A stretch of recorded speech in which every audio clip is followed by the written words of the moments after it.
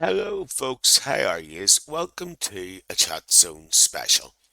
As you know, we have members, obviously from Northern Ireland. We have members from Scotland, Wales, and England, and everywhere. So, what I thought I would do, Ed, I thought I would do a little mini history of where I live and where some of the members live, and that's our Lisburn. Lisburn is a city, so it is, and it wasn't always a city. So this is a little series that was shown one time. It's called The Pocket History of Lisburn. Now, I haven't seen this, so it'll be interesting for me to see it too. So why don't you just join me while we have a bit of a juke? So where do I get it on the screen here?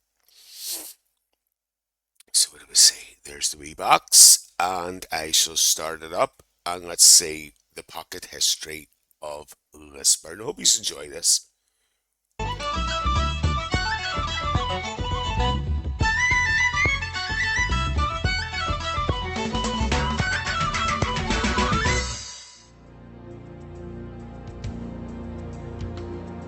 Oyez! Oyez! Oyez! Let it be known that of this day we shall learn of the history of this most prettiest of towns, how it was born out of fire, rebellion and sanctuary to become the fine city we see.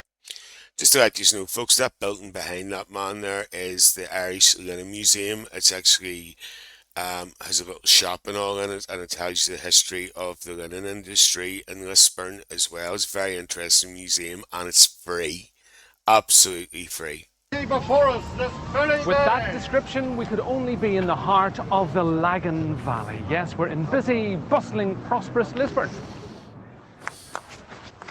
Lisburn town was founded in the early 17th century. Its name in Irish, pardon the pronunciation, is Lisnagarvach, which apparently means Fort of the Gamesters.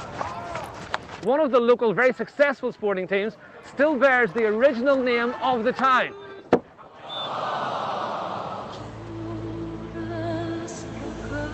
Long before Lisburn came into being, this area, just a few miles outside the city with its panoramic views, was considered rather special by the High Kings of Ulster, no less. I'm on Crew Hill, the highest piece of arable land in Ireland, and indeed from this spot you can see all 6 counties of Northern Ireland. It was right here that those High Kings of Ulla used to get together.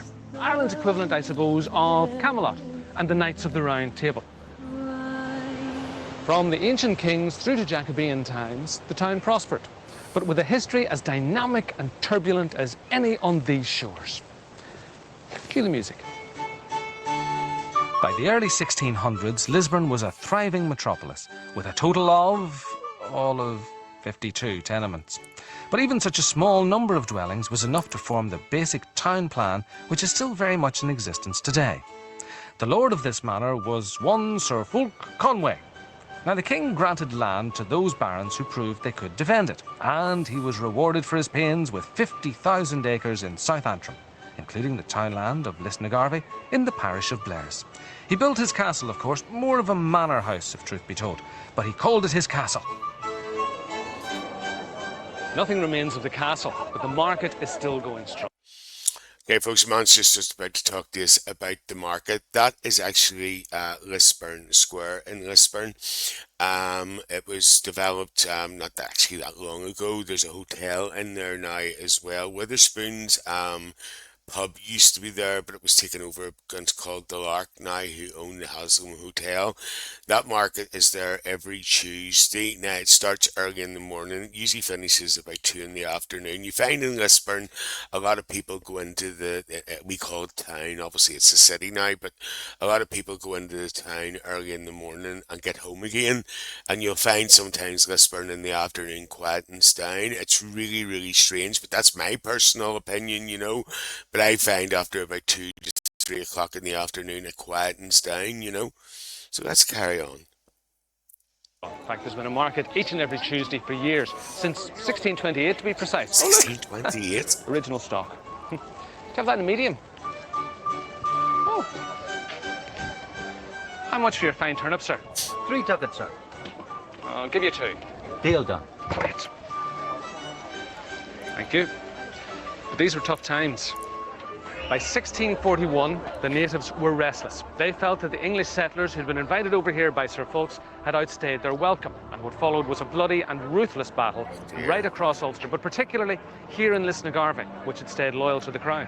According to folk, 500 rebels were slain in the streets, and the head of one of the pipers was blown off with such savagery that it rolled down this very hill.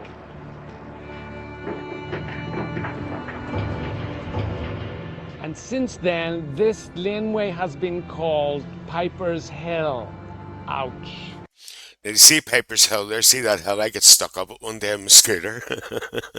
I had to get people to push me up it. No, just to let you know, that Piper's Hill, it says to this day that the person who lost their head, who rode down the hill, still haunts that hill to this day. You know, but as I say, I never forget that day I got stuck on my scooter. That night, the rebels set the town alight, reducing it to ashes. And some years later, the town became known as Lisburn, prompting some smart Alex to assume it was because of the fire. Anyway, the town was to live up to its name one more time, as we shall see later. But from the ashes, the new town became bigger and brighter. One army chaplain called newly refurbished Lisburn one of the prettiest towns in Ireland. Generals, recognising its strategic importance, made it their headquarters. Even King Billy dropped in, en route to the Boyne. Tea for me and still orange for you, Your Majesty. Oh, very good, my good Duke, very good. Even King Billy stopped off in this very house in Market Square, en route to the Boyne. What did Oscar Wilde say?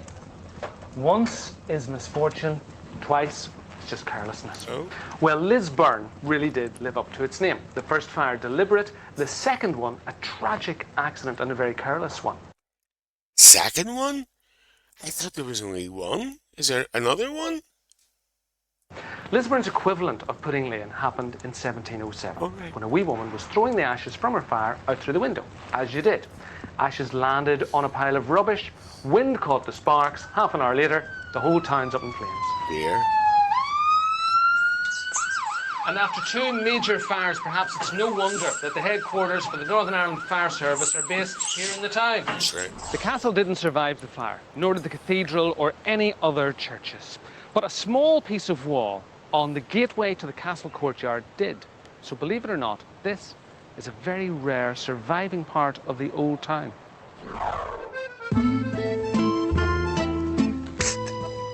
Listen very carefully. I will say this only once. My name is René, and I live here at the blacksmith cottage avec my beautiful wife, stupid woman, and my trois enfants. I am a Huguenot, and I've had to leave my beloved France because of that horrible man, Louis XIV. He wants no Protestants in France. So I have come to this beautiful place.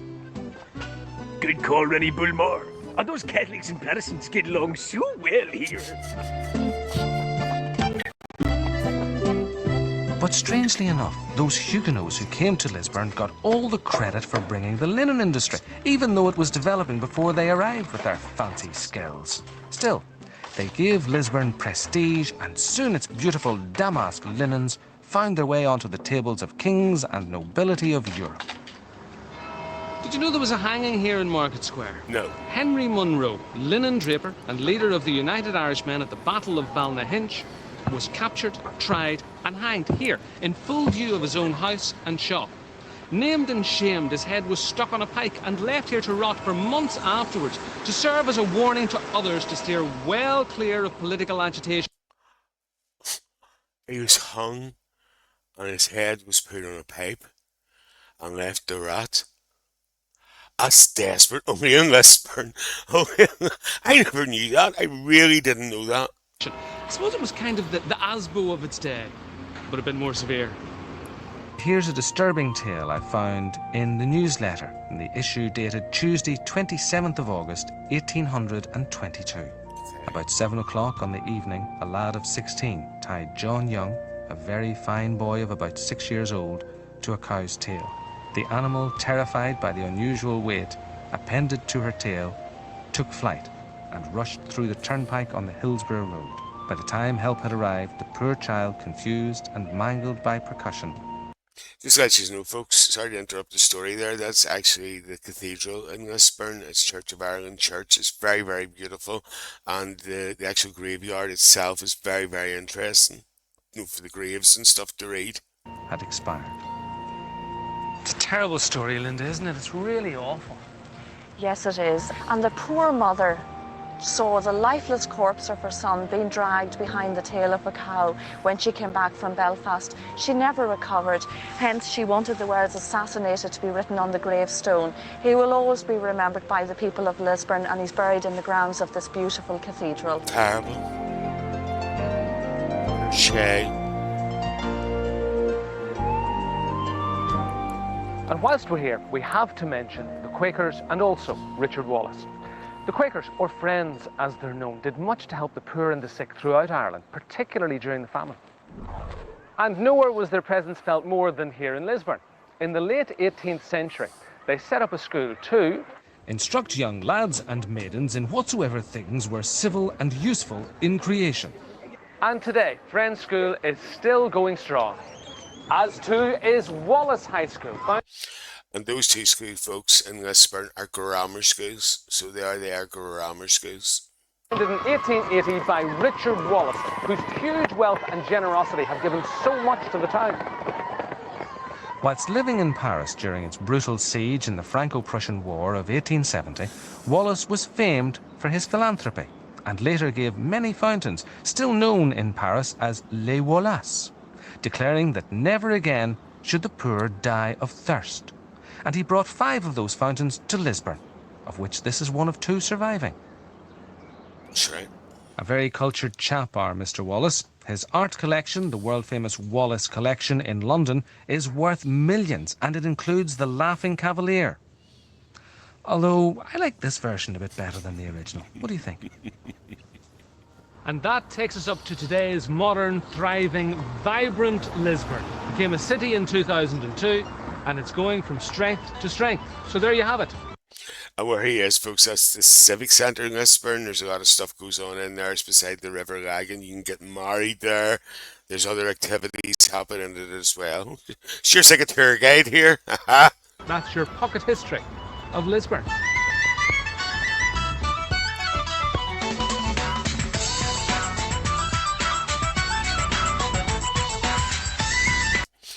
Well, there you are, folks. There is, as he said, a little pocket history of Lisburn, where I live, and a good lot of the members live.